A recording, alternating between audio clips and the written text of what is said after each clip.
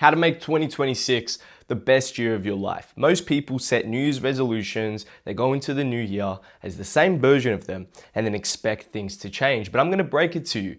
Nothing will change unless you do. So in this video, I'm gonna be breaking down the unconscious patterns and loops that are keeping you stuck and how to break free from them so that you can make 2026 the best year of your life. And I don't mean to say that lightly. I mean to absolutely crush it, to own the year and to look back leading into 2027 and feel proud, accomplished, and achieved everything that you want to achieve. So what I want you guys to do for me is get a piece of paper, get a pen, take some notes, leave them in the comments for the next person. And before we go forward, let's take a moment to appreciate these beautiful drawings. Happy face, this is you guys, all this is you guys. Happy face, winning, abundance. I know. You're very lucky. That is some artwork right there. Anyway, let's do it. Okay, so the first part that I want to take you guys through is why New Year's resolutions fail. And this is a very important part to understand because it's going to help you understand what separates the people who actually get to their goals and the ambitions that they set for themselves compared to the people who get left behind and who fall behind and never actually get to anything that they want in this life. So before we move forward with why that is, we have to understand why New Year's resolutions fail, because the more aware we are of it, the more that we can make sure that's not us and also adopt the things that are going to help us. So before I move forward, what I want everyone to understand, this is Einstein's definition of insanity. He claimed doing the same thing over and over again and expecting a different result is insanity. So imagine you are an archer. You go to the archer range or whatever the fuck you call them and you're shooting and you miss. Are you going to shoot in the exact same spot even though you missed? Of course not. You're going to adjust, shoot, and hopefully hit bullseye. And that's what we need to do. You have quote unquote missed the marks last year, this year, the years in the past. And what you need to do is readjust. You can't expect to shoot in the same spot, be the same version of you and expect a different result, which leads me into my definition based off that. You cannot see new results as the same version of you. You cannot see new results as the same version of you. I want you guys to write that down, because if you are consistently operating as this version of you that hasn't seen the success that you want to, that doesn't have the confidence, the courage, the conviction, that hasn't seen the results, well, what do you think is going to happen? You're ultimately going to repeat the cycle of past events, self-sabotaging, etc., to make sure that you do not see it. In order for you to get a new life, to get new results, you need to become a new version of you. Okay? That's why I've written down here, new life equals new you. And you can argue with that all you want, or you could just try and apply it. So, why? Why is that the case? Why is it the case that you need to become a new you in order to see new results? Well, behavior lives in your identity and self-concept. Why is that important to understand? Well, we try and add action to our plate, right? We try and add a to-do list, we try and do things, but we haven't changed who we are. So they're not necessarily linked with our sense of being, with our self-concept, the way that we see ourselves. So instead of saying, I like going to the gym, I enjoy going to the gym, I'm someone who is fit and healthy, we contradict ourselves because we're saying, yeah, I'm just going to the gym, but I don't really like it. You compare two people, right? Let's say they've got New Year's resolutions, they're both starting out fresh, they both have goals of getting fit, going to the gym. One has linked it in their identity, therefore they want to go to the gym because they're expressing what they feel internally. The other one is forcefully motivating themselves to go. Eventually what's going to happen, they'll show up for a week, 2 weeks, this bloke's going to start, drifting off, skipping a day or two. Now, fast forward 3 months, this guy doesn't go anymore and this guy has crushed most of his goals. You see the difference there? So all action must be based from identity. It has to be an expression of your own identity rather than something that you just slap on top. It's like a concept that I spoke about in my last video or two, which is you can't build a house on sand. If you're just adding action to the plate, but you don't have a solid foundation of an identity, eventually it's going to wither away. So, action taken not out of identity expression will never sustain. And I really want to nail that down for you guys. Pause. So, never sustain, meaning you can do it for a little while you have motivation, while you have this sense of dopamine running through your system, week, month, whatever, however long you can sustain that for. But if it is not linked in identity, ultimately, it will never sustain. Okay, so here's what I like to call the resolution loop. Now, no, this isn't the solution. This is just to show you what happens to people with New Year's resolutions and why they fail and why action without identity doesn't sustain. So people set a goal. They want to start working on their business, making more money, get the job they want, get the girl they want, go to the gym, whatever. What they do is they start taking action. That's their first thing they say. I want to start taking action. Fair enough. But eventually, your motivation bleeds. It slowly fades out. And you can argue with me all you want, but inevitably, if it is not linked within your self-concept, within alignment, within identity, motivation will fade. It's just inevitable. So, you take action, you lose motivation, and what happens? You skip a day or two. But what happens when you skip a day or two? This is the most important part. You start to feel negative, low frequency emotions. Now, what I'm gonna do for you guys is put up right here an emotional frequency chart, just so that we're all on the same page. The higher ones are positive emotions. The lower ones, negative emotions. The more positive emotions that you can feel within your day-to-day life, the better your life will be. The more low frequency emotions, the worse, to put it simply. So what happens is that these people start taking action, lose motivation, skip days, and now they're feeling these negative, low frequency emotions. And some that I could give you off the top of my head is grief, shame, apathy, anger, jealousy. They start thinking to themselves, oh my days, that person's working harder than me. I'm jealous. Why do I feel like this? I'm angry because I missed a day. I feel shame. But what does this do? They get a shit self-concept, to put it simply. A shit self-concept meaning when they look at themselves, they don't see themselves as the fit version of themselves that can take the action needed in order to hit their goal. They don't see themselves as the multimillionaire CEO that's going to take the actions within their business in order to hit the revenue goals. They don't see themselves as, the successful, profitable trader who can take the action, be disciplined, and get in and out of trades to be profitable. To give you an example. So the worse your self-concept is, and it ties back into here, you're gonna feel more negative emotions, and this is where ultimately everyone stuffs up. So yes, the motivation is a big part, which leads to skipping days, but ultimately what's worse than the skipping days is the emotions that people tie to skipping a day. That's it, that's what trips them up. It's not necessarily something got in the way and it's like, oh, I don't know what happened. No, it is this, they let a slip up become a spiral. That's it. And then eventually they quit because they don't see themselves as the version of themselves that can take the physical action. Therefore, they're not going to do the thing. Therefore, they don't see the results. That's part one done. Now, let's start getting into how we can actually shift our sense of self and crush our goals. Okay, so the second part of this video that I want to take you guys through is the identity crisis. And ultimately what the identity crisis is holding two identities at the same time, or wanting to adopt a new one and not being able to let go of your old one. But something that I want to make very clear to you guys is you cannot hold two identities at the same time. You cannot be half in and half out. I've mentioned this quite a lot recently. And the reason for this being is because if you're holding two identities, you will end up contradicting yourself between your thoughts, beliefs, and your actions. And when you do this, it creates a cognitive dissonance within you, which ultimately means you aren't aligning with what you believe to be true about what you need to do in order to be successful.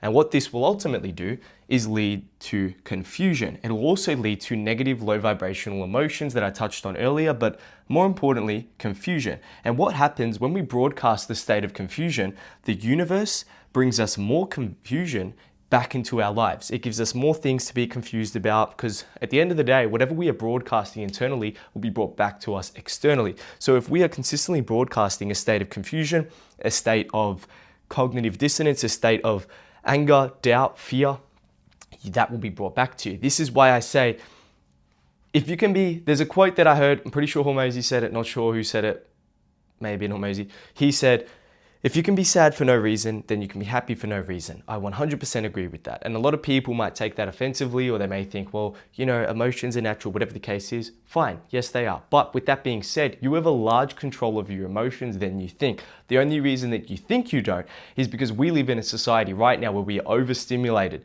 We have that many inputs, TV shows, music, news, radio, social media, where we don't actually allow ourselves to be in a state of calm.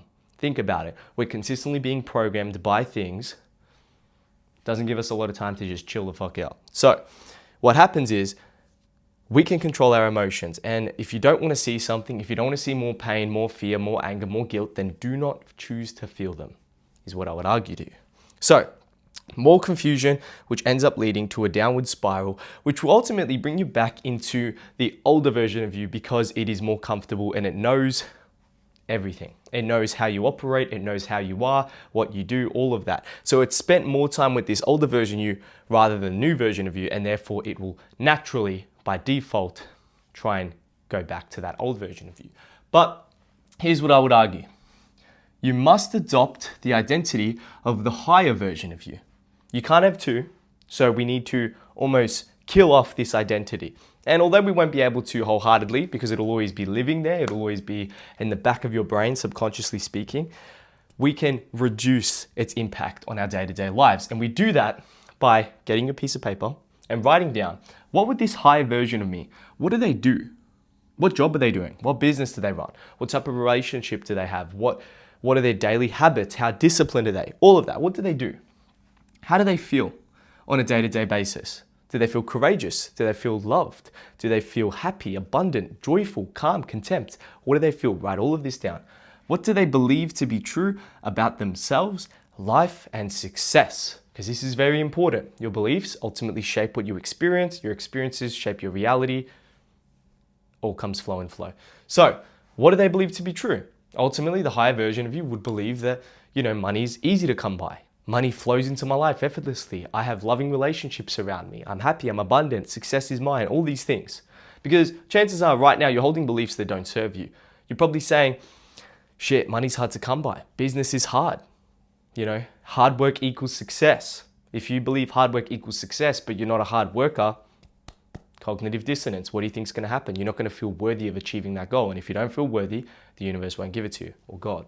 So, how do they see things? What is their perception, their perspective on life, reality, everything, which ties back into beliefs. And once you can nail all these down, you now have the biggest tool on the planet, which is a GPS towards that higher version of you. You know exactly what it looks like, you have clarity, and it's all detailed, and that's what you need to adopt every single day. And when you adopt this version of you every single day, with time, that becomes your default setting. So instead of this old version of you that you're trying to outrun or change to hit all your goals, this new version of you that is an absolute machine that hits all their goals, that becomes your default setting. So I want you guys to really take this part in though. It is not just about doing. It's not just about the doing aspect, okay? It's not just about that. What's more important is who they are. And what I mean by that is your state of being. Because, I'll write it up here.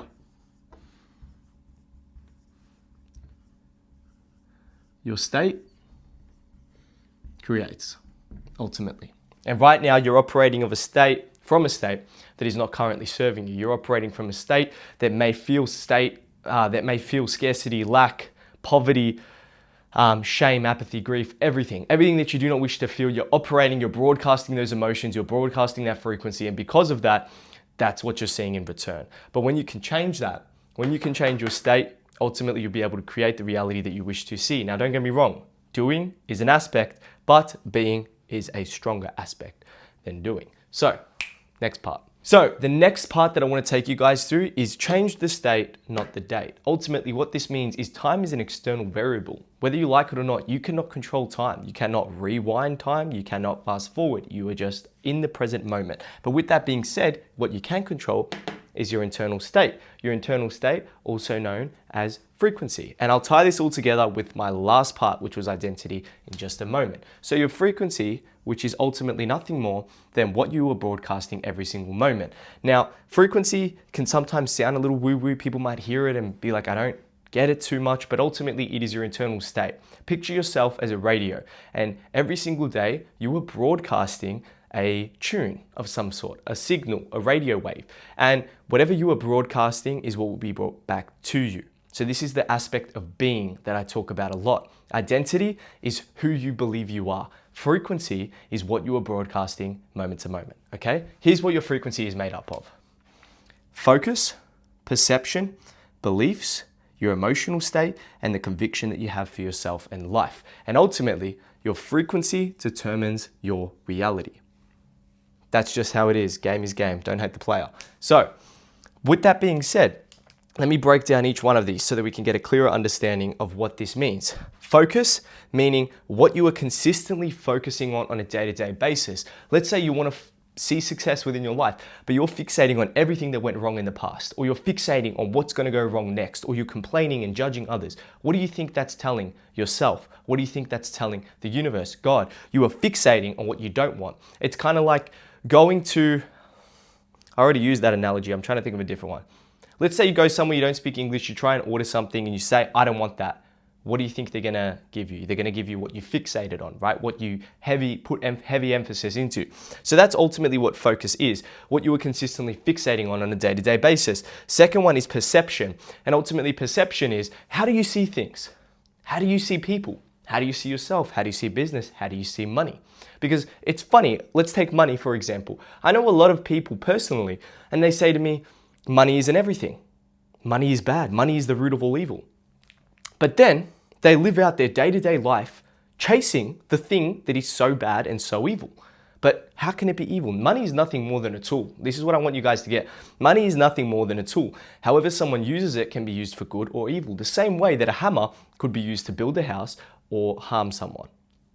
Realistically put, money, there is no concept of evil or good or whatever. It's how people use it that create this sense of bad or good, which once again, morality is a man-made concept. I just want everyone to get that. So your perceptions around money, life, yourself, everything, the beliefs that you hold, which tie into perceptions, but the beliefs more so that you hold about yourself. Do you believe that you can be successful? Do you believe you're worthy? Do you believe business is easy or it's hard? Do you believe love is hard to find? Do you believe that success is inevitable? What do you believe to be true? All of these things play a part in making up your frequency. Your emotional state. Now, earlier I put up the emotional frequency chart. Whereabouts are you on that frequency chart? Are you operating from a state of love and abundance and joy every single day? Or are you operating from anger, shame, guilt, fear? All of these make it up. And the last one is conviction. And what I mean by conviction, think of conviction as the fuel that you have for yourself and for whatever you were doing. So let's say you want to drive a car, but it's empty. Do you expect the car to go? Of course not. There's no fuel, right? You can't argue with it. There's no fuel. So we can understand when it's tangibly put into perspective, but sometimes people get confused when it is metaphysically trying to be broken down. And all conviction is fuel. How much fuel do you have? And what I mean by fuel is how much confidence and conviction do you have within your word, what you were saying you're going to do, whether you show up, and the things that you're doing. How much conviction do you have in the business model that you're trying to succeed in? How much conviction do you have in the trading strategy that you're currently taking place in? How much conviction do you have in the meditations, in the visualizations, in the affirmations, everything? The more conviction that you have for yourself and for life in ways that are going to serve you, the better your life will be. So all of these things ultimately make up your frequency, which determines your reality. Now I've got a couple different dot points here that I want you guys to become aware about when it comes to frequency, because all of this is your internal state. And the more aware you can become of these things, then the more higher your frequency can be. So the first thing I've got right here, I'm going to change so it stands out a bit. The higher your level of awareness, the higher your frequency. And ultimately, the reason for this being is the higher that you can make your level of awareness towards yourself, the beliefs that you hold, the way you perceive life, the easier it is to change. If you're just unconsciously like on autopilot going through life, you're not going to know what you're believing to be true. You're just going to have these unconscious patterns playing in the background, and then they're repeating events, and you're like, bro, why did this happen to me again? What? Again? Bro, this thing happened to me again? What the? And you're just not aware. So the more aware you can become of yourself, the more aware you can become of your reality and thus change it. Very important to understand. Another thing I want you guys to get is time isn't getting in your way. Time is not getting in your way. You might sit here and think, I don't have enough time in my day. I don't have enough time in my week. Hopefully next year, hopefully when this external things change, time is not getting in your way. Your old frequency is. And ultimately what your old frequency is this old version of you. The same way that you have like an old identity, there's an old frequency that you've compounded over years of, reinstating and reinstilling these old habits right here. What have you been fixating on? Maybe in the past your old frequency was fixating on lack, doubt, worry, complaining, anger. it was looking at all the things that were going wrong. You were perceiving life as hard and that people were annoying and that everything wasn't going for you. You have beliefs that life's hard and that money's hard to come by and success is hard. You have an emotional state that doesn't serve you, lower frequency emotions, and you have no conviction. And if all those things are against you, ultimately, think about this. You've compounded this old frequency of this version of you that is not serving you. But with that being said, you've given it so much of your energy that all it wants to do is stay alive. And in doing so, what it will try and do is trip you up. Because when it trips you up, its hope is that you will spiral. And if you spiral, you'll end up back in the old frequency, and that is how it stays alive. That's all it wants to do. All it wants to do is stay alive. It wants to survive. But with that being said, you cannot be in that frequency and expect a new reality. So, changing your frequency and your identity will lead to your new reality. And I wrote this down here, I probably should have put it up here, but your identity is what you believe you are, while your frequency is what you are broadcasting moment to moment. Because I know, even when I first heard the concepts, I thought they were the same thing. And I might have said it in one of the past videos, I didn't mean to, that I said they were the same thing. No. Your identity is almost your self-concept, which can be put underneath your frequency, a component of it, but ultimately it's who you believe you are. Because if you believe you are a successful individual and you see yourself as a successful individual, you're going to take successful actions. Shit. But with that being said, if you believe you're a successful individual but hold a low frequency, still nothing ain't going to change. So you need both. You need both. But with that being said, identity can come within frequency. Hopefully that all made sense. But let's get in the next one. Okay, so the last part that I want to take you guys through is don't let a slip up become a spiral. Let's say that you've now adopted this new identity, this new version of self, and you have now adopted this new frequency. You're maintaining both your identity and your frequency. You feel in alignment with your goals. You're taking all the action. What can happen, and what often happens, is we slip up. It's a natural part of life, and I'll touch on why that happens and why that ends up taking us down a spiral. And I'm going to be breaking down both a negative downward spiral and a positive upward spiral, and how we can beat this so that we can continue maintaining this higher version of us and crush 2026. So let's start with a downward spiral. Ultimately, a downward spiral pretty much just means something happens and then we overfixate on the negative aspects of it. We start here and then it slowly keeps going to worse emotions, worse feelings. And before you know it, you're all the way at the bottom and you're feeling almost emotionless. You feel like, shit, I'm just gonna give up. That's what it makes you feel. And I'm gonna break down why and take you through that whole process right now. So let's say you've maintained something. You maintain your frequency, you maintain your identity, but something slips up, something gets in the way. And that could be you missing a day because you didn't feel like it, or because, an event happened, someone came into your life, they stuffed up your pattern, your routine, whatever the case is. Or maybe you chose something like a vice instead of what you should be doing. And what happens is that we judge ourselves because of this. And ultimately it leads to worse and worse emotions. So we start feeling guilt or apathy, which leads to pessimism. And then that'll lead to overwhelm. And you start feeling overwhelmed with what's going on and being like, oh my days, what happened? I was doing so good. And then that leads to disappointment, which leads to doubt, which leads to worry, which leads to anger, revenge, hatred, fear, and guilt. I think guilt's supposed to be above fear, but you get what I'm trying to say.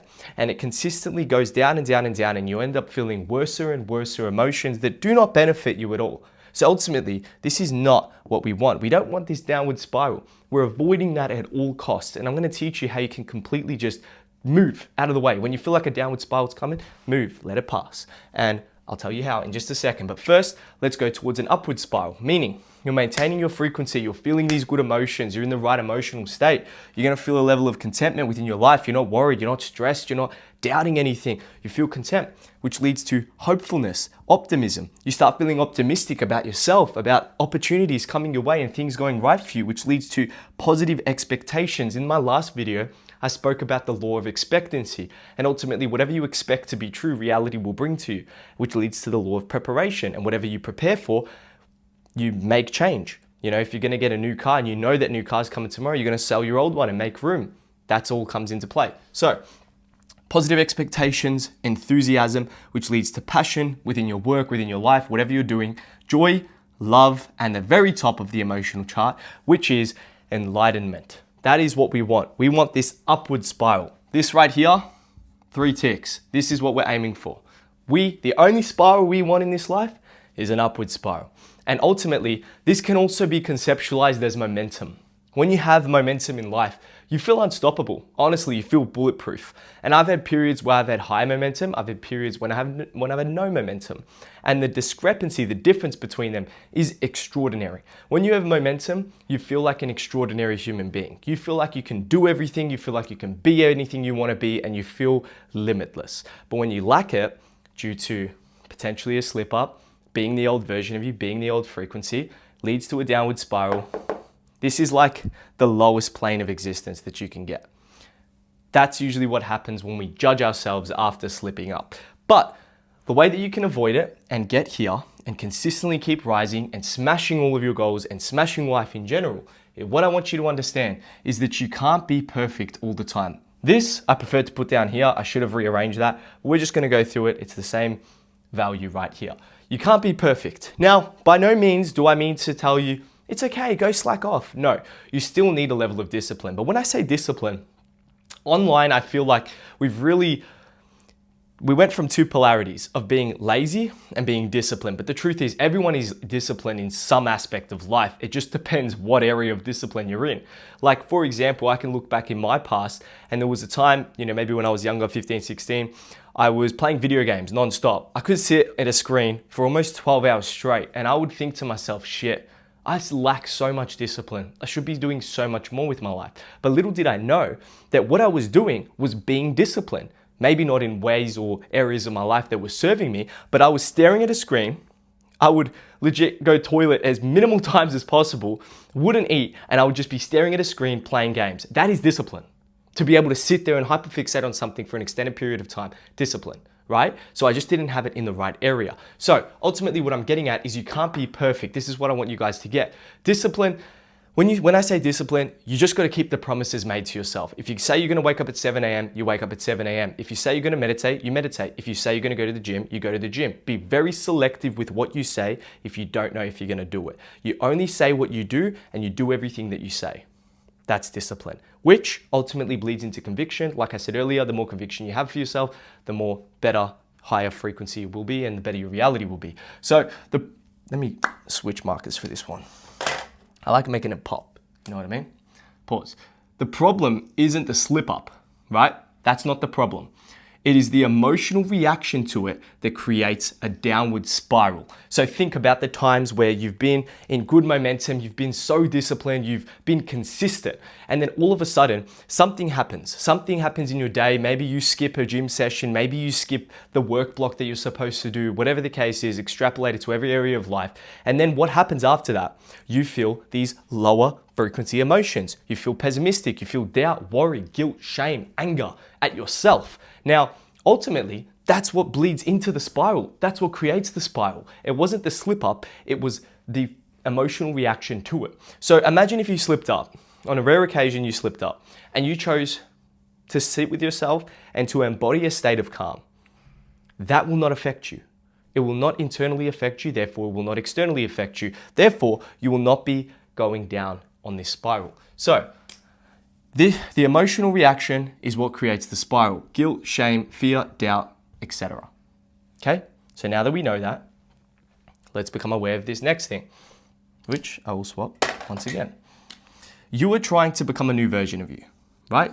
You're trying to become a new version of you. You have this concept of who you want to be. You know what goals you want to hit. You know who you need to be to hit them. You know what beliefs you need to hold. You know what thoughts you need to hold, the frequency that you need to hold in order to hit them. But what happens is unconsciously, you're still identifying as the old version of you. Now, this isn't a conscious thing. You may hear that and be like, well, am I? Well, you are unconsciously because you've compounded so much energy towards this old version of you. So yes, unconsciously behind the scenes, that version of you is still there. So when a slip up happens, the old identity is trying to claim control. Sometimes it makes us slip up. We self-sabotage in ways that aren't aware to us because your old version of you, the old frequency, the old identity, wants you to slip up so that it can gain your energy in order to survive. Right, but with that being said, let's say that you do slip up. That old identity is pretty much saying, this proves you're still me. It's trying to drag you back in. It's trying to be like, I still got you. But that's not what we're here for. And I try to squeeze it on this, but I'm not, so I'm going to do another one of how you can make sure that that doesn't happen. Okay, now, how to not let a slip up become a spiral. So I just touched on what a spiral is and how a slip up can lead us down a spiral. Here is my 3-step process on how to overcome a slip up. Let's say something didn't go well for you. Let's say you missed a day here or there, or you indulged in vices, whatever the case may be. How do you let that not affect you, and how to keep and maintain your frequency and identity? Let me choose my pen. Okay, so first thing I want you guys to do is remove meaning. And what I mean by that is remove meaning from the act. And all you have to do is simply observe. See it for what it is, just an action. Do not identify with it. Do not claim that that is who I am, because that's where the spiral begins. So instead, treat the slip up as something that has just happened rather than a verdict of who you are. That's it. Because the moment that, let's say, I'm going really consistent with my business and I stop taking action, then I think, wow, the CEO multimillionaire version of me wouldn't do that. What do you think is going to happen? It's like a little crack in your mind. It's a little crack, and what happens is you start to leak. And the more you leak, the bigger the crack gets, and eventually, downward spiral. I'm not taking any action whatsoever, and I'm nowhere near close to my goal as I would like to be. That's where it occurs. So remove all meaning from the action. You slip up, that's fine. No one is perfect. Let me say it once more time. No one is perfect. Even the hyper successful individuals that you see online that have achieved a plethora of success, the only thing that is different, they slip up, they fuck up. They're only human, right? They're only human in terms of their actions. So what I want you guys to get is no one is perfect, and the sooner you can get past that, you'll see that even the hyper successful individuals stuff up along the way, they slip up, but the only difference between someone who doesn't make it and someone who does is what they do when a slip up occurs. And most of the time, the hyper successful individuals just brush it off. They don't identify with that. They just brush it off and keep moving. And ultimately, what I want you guys to do is become aware of what caused it, but don't judge it. Do not judge it. And the reason I want you to become aware of what caused it is because potentially there's a crack in your routine or a crack in your systems that you have towards getting to the result that you want to see, but you're not supposed to identify with it. So don't judge it, but become aware of it so that you can fix it so that it doesn't happen or reoccurringly happen in the future. So I want you guys to ask yourself these questions. What failed? Did it actually fail? Or did I learn a lesson from it? Did you try something and it didn't work out? What failed, right? What caused it? What caused this quote unquote slip up? Because sometimes it's the smallest things. And that's why there's a quote that says the devil is in the details. It's the smallest things that create the biggest problems in our lives, and it's the smallest things that create the biggest impact in our lives. Sometimes along our life, we have these little small actions or habits that we're taking that don't necessarily serve us, and they lead to us doing something or slipping up in some way, shape, or form. And the last one is, what can I adjust, which is the most important, because at least you can learn from this slip up. What can I adjust in my routine, in my life, in my systems? How can I grow beyond that, right? But the most important thing I want you guys to take away is remove all meaning, and please do not judge yourself for it. The second part that I want you to take you guys to, let's say you've just slipped up, you've lost a little bit of your momentum, you feel like you may be on your way to a downward spiral, is return to your state and not punishment. And what I mean by that is the state that you wish to embody, the version of you who has achieved all the success, the version of you that feels content, calm, conviction, confidence, that has all the results. Return to that state. You want to embody that state every single day, moment to moment. Do not embody punishment, okay? So ultimately, what most people try and do, we're going to switch colors for this one. Most people, what they try and do is make up for it. They try and make up for this slip up, and they do that by doing extra things. They start taking extra effort. They start overcorrecting in their life, and they start feeling a level of self-punishment. But little do they know is that all of these things